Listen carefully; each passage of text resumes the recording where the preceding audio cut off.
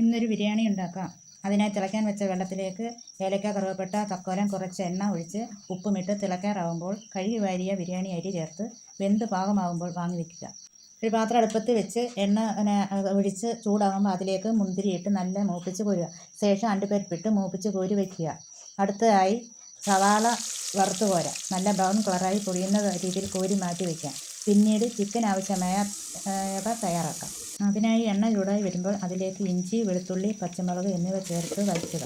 മൂത്ത് വരുമ്പോൾ സവാള ഇട്ട് വഴറ്റുക. നല്ല വഴണ്ട് വരുന്ന പരുവമാകുമ്പോൾ അതിലേക്ക് നമുക്ക് ആവശ്യത്തിന് ഉപ്പ് ചേർക്കുക. നന്നായി ഇളക്കി യോജിപ്പിച്ച് ചിക്കൻ മസാല ചേർക്കുക. അതും നന്നായി യോജിപ്പിച്ചതിന് ശേഷം 1/4 ടീസ്പൂൺ മഞ്ഞൾപ്പൊടി ചേർക്കുക.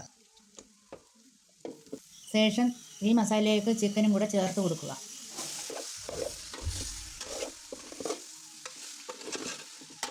മസാലയും ചിക്കനും കൂടെ നന്നായിട്ടൊന്ന് മിക്സ് ചെയ്ത് കൊടുക്കുക.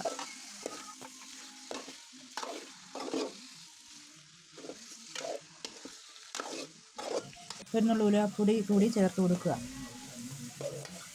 ഒരു തക്കാളിയും വറുത്ത് വെച്ച ഉള്ളിയും പേസ്റ്റ് പരുവത്തിലാക്കിയത് കൂടി ചേർത്ത് നല്ലതുപോലെ ഇളക്കി അതിലേക്ക് കുറച്ച് വെള്ളം കൂടി ചേർത്ത് വേവാനായി അടച്ചു വയ്ക്കുക.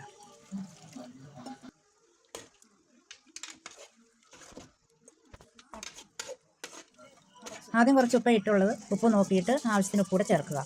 ചേർത്തതിന് ശേഷം നല്ല വെന്ത് പരുവാകുമ്പോൾ വാങ്ങി വയ്ക്കുക. ഒരു ഉരുളിയിലേക്ക് തയ്യാറാക്കി വെച്ച ഉള്ളിയും മറ്റ് അണ്ടിപ്പരിപ്പും മുന്തിരിയും മല്ലിയില എല്ലാം കൂടെ ലെയറായിട്ടിട്ട് ചോറ് ഇടുക. ശേഷം അതിന് മുകളിൽ നെയ്യും ഫുഡ് കളറിന് പകരം മഞ്ഞൾ വെള്ളവും ഒഴിക്കുക. പൈനാപ്പിൾ എസൻസ് എന്നിവ ചേർത്ത് മുകളിൽ ചിക്കൻ വേവിച്ചതും ഇടുക.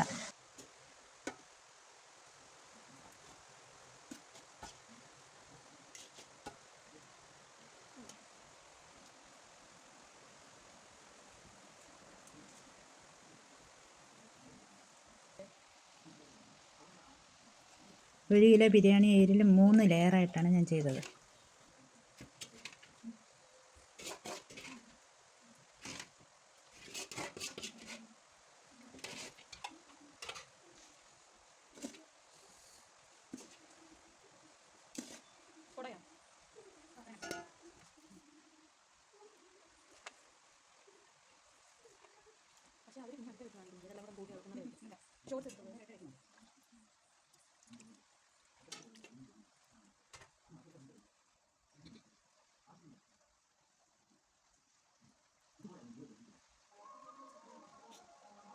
നമ്മുടെ ചിക്കൻ ബിരിയാണി തയ്യാറായിട്ടുണ്ട്. നിങ്ങളും ഞാൻ ചെയ്ത രീതിയിൽ ഒന്ന് തയ്യാറാക്കി നോക്കൂ. ഇഷ്ടപ്പെട്ടെങ്കിൽ ഒന്ന് സപ്പോർട്ട് കൂടി ചെയ്തു തരാം.